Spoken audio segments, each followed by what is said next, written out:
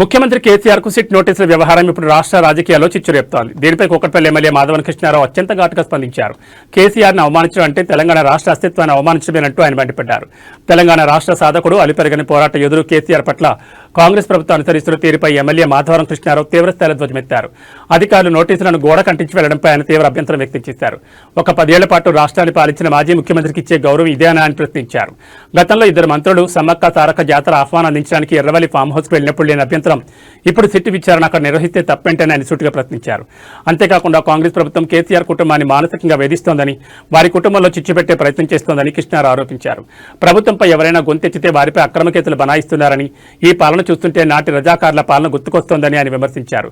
ప్రజలకిచ్చిన 6 గ్యారంటీలను, హామీలను నెరవేర్చలేక ప్రజల దృష్టిని మళ్లించేందుకే కాంగ్రెస్ ఇలాంటి కక్ష సాధించడానికి పాల్పడుతోందని ఆయన విరుచుకుపడ్డారు. మీరు సిట్ అంటే వాళ్ళు ఇంటికి వచ్చి కనీసం అక్కడ ఉన్నటువంటి గన్మెన్ ఉంటాడు, లేకపోతే ఇంట్లో లోపల పనిచేసేటటువంటి లేడీస్ ఉంటారు, వాళ్ళకని ఇవ్వాలి. మీరు గోడ కత్తికేసి పోయినరంటే ఒక మాజీ ముఖ్యమంత్రి తెలంగాణ రాష్ట్రం తెప్పించినటువంటి నాయకునికి ఎంత రకంగా మీరు ఇన్సల్ట్ చేసి పోలీసు అధికారులు ఆలోచన చేసుకోవాలి. నిజంగా మీకు చిత్తశుద్ధి ఉంటే, నిజంగా మీకు నిజాయితీగా పోతురం డాక్టింగ్ అని అన్నప్పుడు రెవెల్యూకే పోయి మీరు లేసారక రండి అని చెప్పి నోటీస్ ఇచ్చారంటే మీకు భయం ఏముంటుంటే, 2 కానిస్టేబుల్ పంపనుంటాయి, పంపి అక్కడ ఇచ్చి ఈయనే రమ్మనుంటుంది, గోడ కతికేసి రాకపోతే ఈ సంగతి చూస్తామనే భాషతో మాట్లాడేటువంటి చర్య చూస్తే నిన్న వాళ్ళు చేసినటువంటి పోలీసు చేసినటువంటి ఆలోచన చూస్తే చాలా బాధ కలుగుతుంది. ఒక శాసనసభ్యునిగా అంటే ఒక మాజీ ముఖ్యమంత్రికి, 10 ఏళ్ళు పరిపాలించిన ముఖ్యమంత్రికి, ప్రజల కొరకు ప్రాణాలు త్యాగం చేసేసే తెలంగాణ రాష్ట్రం తెచ్చినటువంటి నాయకుడికి ఇలా ఈ రకమైనటువంటి ఇన్సల్ట్ చేస్తూ ఉంటే ప్రజలు ఎవరు సహించరు. ఇప్పటికైనా ఆలోచన చేసుకోమని చెప్తున్నాను. కాంగ్రెస్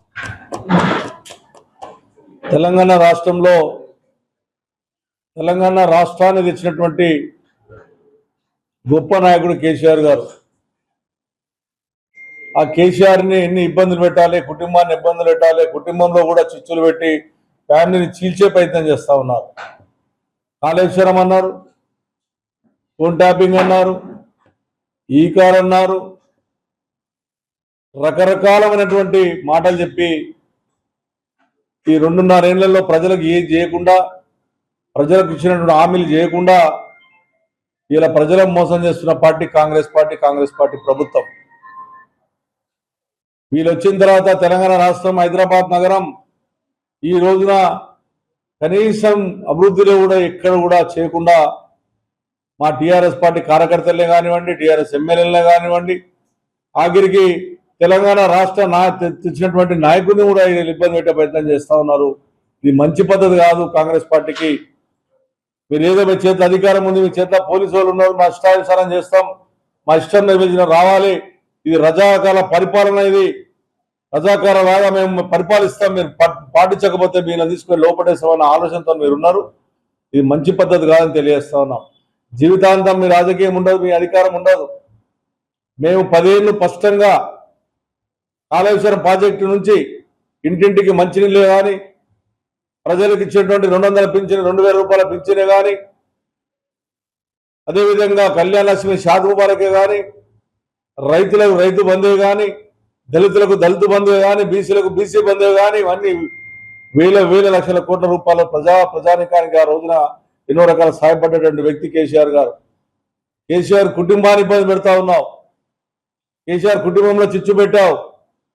మళ్ళా ఈ రకం చూసి కేసీఆర్ నోటీస్ ఇచ్చే ప్రయత్నం చేస్తా ఉన్నావు. నువ్వు నోటీస్ ఇచ్చిన దానికి భయపడేటటువంటి కేసీఆర్ కాదు. ఆ రోజు ఆంధ్రప్రదేశ్ కలిసి ఉన్నప్పుడు అందరు ఏకమైనా కూడా, రాష్ట్రంలో నుండి దేశంలో అందరూ ఏకమైనా కూడా తెలంగాణ రాష్ట్రాన్ని సాధించదాంట్లే నా ప్రాణం పోయినా సరే కానీ నేను తెలంగాణ రాష్ట్రం తెచ్చి తీర్తానని చెప్పిన గొప్ప నాయకుడిని ఈ రోజున ఇబ్బంది పెట్టే ప్రయత్నం చేస్తున్నావు.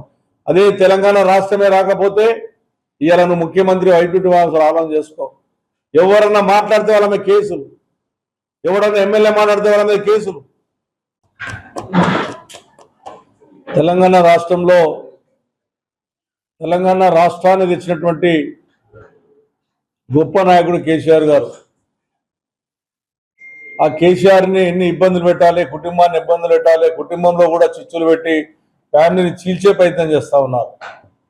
కాళేశ్వరం అన్నారు, ఫోన్ ట్యాపింగ్ అన్నారు, ఈ కార్ అన్నారు, రకరకాలమైనటువంటి మాటలు చెప్పి ఈ 2.5 ఏళ్లలో ప్రజలకు ఏది చేయకుండా, ప్రజలకు ఇచ్చినటువంటి హామీలు చేయకుండా ఇలా ప్రజలను మోసం చేస్తున్న పార్టీ కాంగ్రెస్ పార్టీ ప్రభుత్వం. వీళ్ళు వచ్చిన తర్వాత తెలంగాణ రాష్ట్రం, హైదరాబాద్ నగరం ఈ రోజున కనీసం అభివృద్ధిలో కూడా ఎక్కడ కూడా చేయకుండా మా టీఆర్ఎస్ పార్టీ కార్యకర్తలే కానివ్వండి, టీఆర్ఎస్ ఎమ్మెల్యేలే కానివ్వండి, ఆఖరికి తెలంగాణ రాష్ట్ర తెచ్చినటువంటి నాయకుడిని కూడా ఇబ్బంది పెట్టే ప్రయత్నం చేస్తూ ఉన్నారు. ఇది మంచి పద్ధతి కాదు. కాంగ్రెస్ పార్టీకి మీరు ఏదో మీ చేతిలో అధికారం ఉంది, మీ చేతిలో పోలీసు వాళ్ళు ఉన్నారు, మా ఇష్టానుసారం చేస్తాం, మా ఇష్టం నిర్వచనం రావాలి, ఇది రజాకాల పరిపాలన, ఇది రజాకార లాగా మేము పరిపాలిస్తాం, మీరు పాటించకపోతే మీరు తీసుకొని లోపడేస్తామన్న ఆలోచనతో మీరు ఉన్నారు. ఇది మంచి పద్ధతి కాదని తెలియజేస్తా ఉన్నాం. జీవితాంతం మీ రాజకీయం ఉండదు, మీ అధికారం ఉండదు. మేము 10 ఏళ్ళు స్పష్టంగా కాళేశ్వరం ప్రాజెక్టు నుంచి ఇంటింటికి మంచినీళ్ళు కానీ, ప్రజలకు ఇచ్చేటువంటి 200 పింఛను, 2000 రూపాయల పింఛనే కానీ, అదేవిధంగా కళ్యాణ లక్ష్మి శాతరూపాయలకే కానీ, రైతులకు రైతు బంధువు కానీ, దళితులకు దళిత బంధువు కానీ, బీసీలకు బీసీ బంధువు కానీ, ఇవన్నీ వేల లక్షల కోట్ల రూపాయల ప్రజానికానికి ఆ రోజున ఎన్నో రకాల సహాయపడ్డటువంటి వ్యక్తి కేసీఆర్ గారు. కేసీఆర్ కుటుంబాన్ని ఇబ్బంది పెడతా ఉన్నావు, కేసీఆర్ కుటుంబంలో చిచ్చు పెట్టావు. మళ్ళా పనిచేసే వాళ్ళే మీరు సిట్ అంటే వాళ్ళు ఇంటికి వచ్చి కనీసం అక్కడ ఉన్నటువంటి గన్మెన్ ఉంటాడు, లేకపోతే ఇంట్లో లోపల పనిచేసేటటువంటి లేడీస్ ఉంటారు, వాళ్ళకని ఇవ్వాలి. మీరు గోడ కత్తికేసి పోయిండ్రంటే ఒక మాజీ ముఖ్యమంత్రి తెలంగాణ రాష్ట్రం తెప్పించినటువంటి నాయకునికి ఎంత రకంగా మీరు ఇన్సల్ట్ చేసి పోలీసు అధికారులు ఆలోచన చేసుకోవాలి.